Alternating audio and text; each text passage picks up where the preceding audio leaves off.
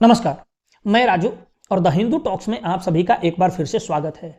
पिछले दिनों मद्रास के हाई कोर्ट ने एक जजमेंट पास किया और जजमेंट में स्पष्ट रूप से मंदिर की व्याख्या करते हुए उन्होंने कहा कि temples are not a tourist और ए पिकनिक स्पॉट।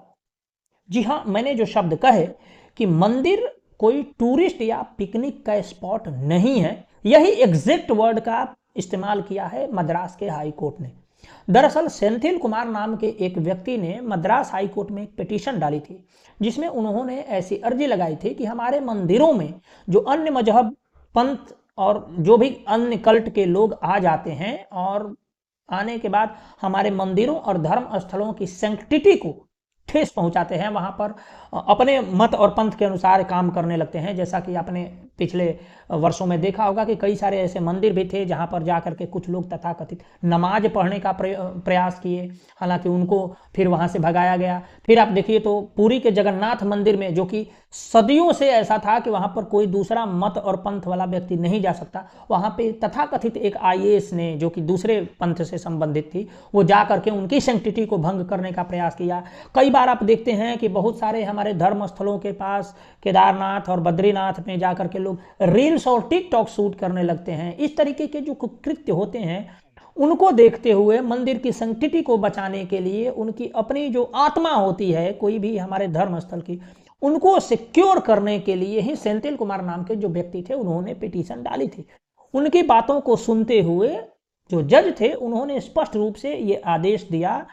किसको आदेश दिया? आप ये ध्यान में देखिए कि जो वहां तमिलनाडु के जो देवस्थानम बोर्ड है, जो इंडोमेंट विभाग है, जो तमिलनाडु के अंदर जितने भी मंदिर पड़ते हैं उनको कंट्रोल करते हैं और उनसे आने वाले चंदे को किस तरीके से खर्चा करना है उस पर अपना बोर्ड बैठाते हैं और ये काम करते हैं। उन इंडोमेंट विभाग के लोगों को भी उन्होंने ये संदेश दिया है, मतलब कोर्ट ने ये बताया है कि आप मंदिर के बाहर एक स्पष्ट रूप से बोर्ड लगा दे, या जो ध्वजदंड होता है वहां पर एक बोर्ड लगा दे कि भाई यहां के अंदर अन्य धर्म या अन्य पंथ के लोगों को जाना अलाउ नहीं है। अर्थात मंदिर के गेट पर एक बोर्ड होना चाहिए कि यहां के अंदर कोई दूसरा पंथ, मजहब वाला या कल्ट वाला व्यक्ति न जा पाए। आपको ध्यान होगा कि इसी तरीके का बोर्ड जो है यति नरसिंहानंद जी अपने मंदिर में, जो कि गाजियाबाद के बहुत ही पॉश मुस्लिम इलाके में पड़ता है, डासना देवी का मंदिर, वहां पर भी उन्होंने इसी तरीके का एक बोर्ड लगाया था कि यहां पर गैर हिंदुओं की एंट्री वर्जित है, गैर हिंदू इसमें प्रवेश न करे। तो किस तरीके के लोग उन पर बवाल मचाते थे कि यति नरसिम्हानंद जी कम्युनल है वगैरह वगैरह, किस तरीके के। अब यही सेम चीज मद्रास की हाई कोर्ट भी कह रही है कि भाई जब आप उस धर्म से संबंधित नहीं हैं, आपकी आस्था उस धर्म में नहीं है, उस देवता में नहीं है, तो फिर मंदिर में आपको जाने की आवश्यकता नहीं है। इसलिए ट्रस्ट के लोग मंदिर के गेट पर ही इस तरीके का बोर्ड एक लगाया करेंगे।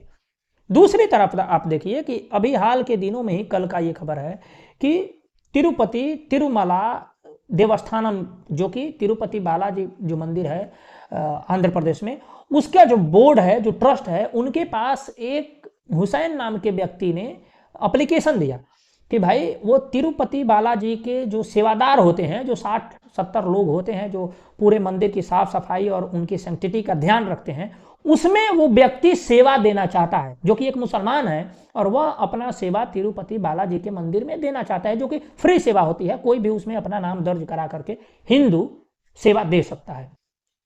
इसको लेकर के टीटीडी, जो कि तिरुपति तिरुमला देवस्थानम जो है, वो अब विचार कर रहा है कि उस व्यक्ति को वो सेवा देने का मौका दिया जाए, और उसके लिए अपना जो रूलिंग्स है उस पर वह सोच विचार कर रहा है। मेरा इस मामले में जो मत है, जो विचार है, वो ये है कि ऐसा कतई नहीं किया जाना चाहिए। इसके कई कारण हैं। पहला जो मेन कारण है वो है मंदिर की सिक्योरिटी का। आप किसी व्यक्ति के मन में, जो कि उसका जो पूरा कल्ट और मजहब ये अनुमति ही नहीं देता कि वो एक तथाकथित सुप्रीम गॉड को छोड़ करके और किसी को माने, तो वो व्यक्ति तिरुपति बालाजी की सेवा कैसे कर सकता है? ये बात सोचिए। मुझको पूरा झोल इसमें दिख रहा है कि कोई व्यक्ति यदि उस पूरे ट्रस्ट के अंदर घुसेगा या मंदिर के अंदर प्रवेश करेगा, तो मंदिर की जो सुरक्षा है उसकी रेकी कर सकता है या कहीं से कुछ प्लांट कर सकता है, कुछ भी गड़बड़ कर सकता है, उसकी मंशा ये भी हो सकती है। आप इसको इस बात से खारिज नहीं कर सकते। दूसरा है मंदिर की सैंक्टिटी को बरकरार रखना, मंदिर की स्वच्छता को, मंदिर का जो आदर्श है, जो उसकी आत्मा है, उसको गंदगी होने से, उसको गंदा होने से बचाना। हो सकता है वो व्यक्ति वहां पे जाएगा, प्रसाद वगैरह बनाने में शामिल होगा, और इनके वीडियोज आते रहते हैं, ये थूकते रहते हैं, फतिहा पढ़ने के नाम पर कहीं भी थूक देते हैं, किसी फल में, सब्जी में, कई तरह के वीडियोज आप देख सकते हैं। वो ये कहीं न कर दे और हमारे जो मंदिर की सैंक्टिटी है उसको ये बर्बाद करने का चेष्टा न करे। ये भी उसके साथ एक बहुत बड़ा मुद्दा है और इससे कोई इनकार नहीं कर सकता। हो सकता है बोर्ड के जो लोग हैं उनको भी ये चीज़ें मालूम होगी, मुझे नहीं लगता कि उन्हें ये मालूम नहीं होगी। तो पूरे देश के और दुनिया के लोगों को मालूम है कि इनके मन में क्या होता है, और उनको अगर शामिल करना है या शामिल करने का उनको इच्छा है तो उनसे कहिए कि वो अपना पूरा का पूरा कल्ट बदल करके वापस घर वापसी कर ले, और घर वापसी करने के बाद उनका पूर्ण रूप से शुद्धिकरण होना चाहिए, और शुद्धिकरण होने के बाद वो आ सकते हैं, सेवा कर सकते हैं, उसमें शामिल हो सकते हैं, बोर्ड में आ सकते हैं, उनको जो करना है कर सकते हैं। लेकिन मेरा ये मत है कि उनको पूर्ण रूप से घर वापसी करवाने के बाद ही आप ऐसा कर सकते हैं, क्योंकि कोई भी गैर हिंदू को उसमें शामिल करना कहीं से भी खतरे से खाली नहीं है, मेरा ये मानना है। दूसरी तरफ आप देखिए तो हमारे देश के जो प्राइम मिनिस्टर हैं नरेंद्र मोदी जी, वो आज कल कामाख्या गए थे। कामाख्या देवी आसाम में पड़ता है और वहाँ बहुत सारे श्रद्धालु जाते हैं और अपनी श्रद्धा अर्पण करते हैं माता कामाख्या को। आप देखिएगा कि जहाँ उन्होंने बहुत सारे योजनाओं का शिलान्यास किया और साथ ही साथ कामाख्या देवी मंदिर का जो विस्तारीकरण होना है, एक तरीके से आप देखिए तो कॉरिडोर बन रहा है, उसका भी उन्होंने स्वागत किया और ये कहा कि ये जो मंदिर होते हैं वो हमारे संस्कृति के द्योतक होते हैं और ये मंदिर हमारे संस्कृति की गहनता को, उसकी गहराई को, उसकी पुरातनता को बताते हैं। ये सारी बातें तो ठीक थी। दूसरी तरफ उन्होंने ये भी कहा कि ये जो यहाँ पे जो लोग आएंगे इससे यहाँ पर टूरिज्म बढ़ेगा। इसी शब्दों को लेकर के मद्रास हाईकोर्ट ने सवाल किया है और मेरा भी यही सवाल है कि धर्म स्थल पे जो लोग जाते हैं, देवी देवताओं के दर्शन करते हैं, उनको आप टूरिस्ट न कहें, उनको आप दर्शनार्थी कहें, पिलग्रिमेज कह सकते हैं, आप उस जगह को धाम कह सकते हैं, टूरिस्ट प्लेस नहीं कह सकते। तो मेरा यही मानना है कि भाई टूरिस्ट और पिलग्रिम में अंतर होता है।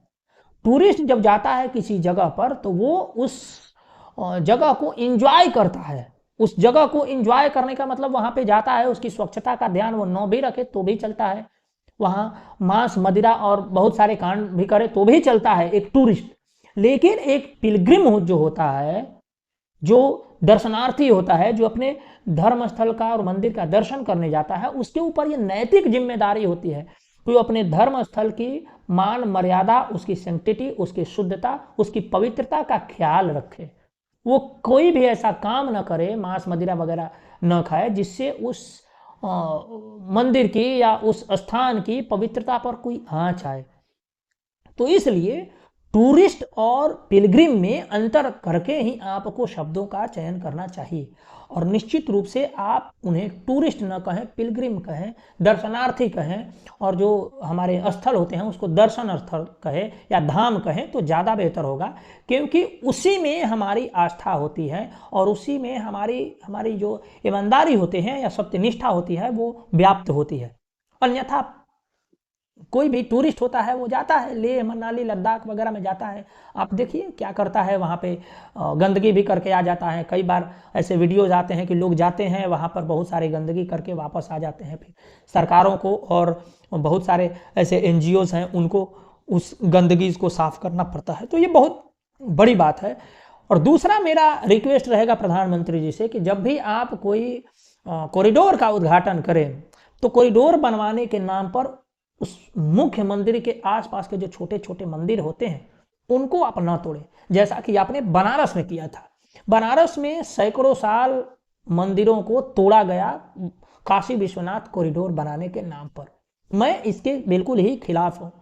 कामाख्या देवी मंदिर के भी आसपास में जो भव्य मंदिर है उनके आसपास में बहुत छोटे छोटे मंदिर होंगे, उन मंदिरों को विस्तारीकरण के नाम पर आप ध्वस्त न करें, उन्हें भी उस कॉरिडोर के अंदर में शामिल कर ले, तो ये एक अच्छा कदम होगा। अन्यथा जिस रफ्तार से और जिस तरीके से आप ये तथाकथित कॉरिडोर्स बनाते हैं और कहीं कहीं प्लास्टिक की मूर्तियां लगा देते हैं, जैसा कि आपने महाकाल कॉरिडोर में किया, एक छोटे से हवा में प्लास्टिक की मूर्तियां बह गई, उड़ गई, इस तरीके के कांड न करें।